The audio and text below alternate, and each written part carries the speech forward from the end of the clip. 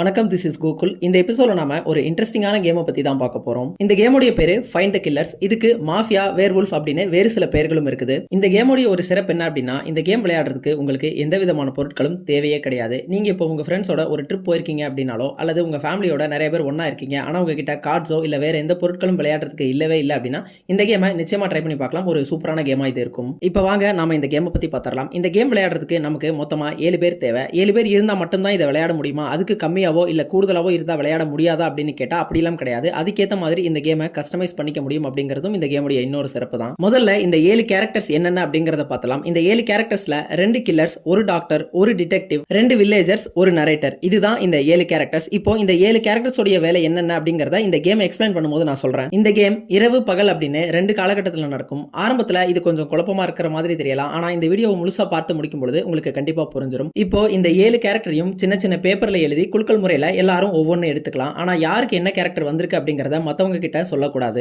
Narrator யாருக்கு வந்திருக்கோ அவங்க மட்டும் தன்னைத்தானே நரேட்டர் அப்படின்னு மத்தவங்க கிட்ட சொல்லிடலாம். ஏன்னா நரேட்டர் தான் இந்த ஒட்டுமொத்த கேமையும் நடத்த போறவர். இப்போ முதல்ல இரவு வந்துடும். இரவு வந்த பின்னாடி அங்க இருக்கக்கூடிய மத்தவங்க எல்லாரும் தங்களுடைய கண்களை மூடிக்கணும். மூடிக்கிட்ட பின்னாடி நரேட்டர் அங்க இருக்கக்கூடிய 2 கில்லர்ஸை மட்டும் கண்களை திறக்க சொல்வாரு. அவங்களும் அமைதியா கண்களை மட்டும் திறக்கணும். இதுல முக்கியமான விஷயம் என்ன அப்படின்னா, யாரும் பேசவே கூடாது. சைகை மூலியமா தான் எல்லா இன்டராக்ஷனுமே நடக்கணும். அந்த 2 கில்லர்ஸ் கண்ணை திறந்த பிறகு நரேட்டர் அவங்க கிட்ட, நீங்க 2 பேரும் சேர்ந்து யாராவது ஒருத்தரை கொலை செஞ்சுக்கலாம் அப்படின்னு சொல்லுவாரு.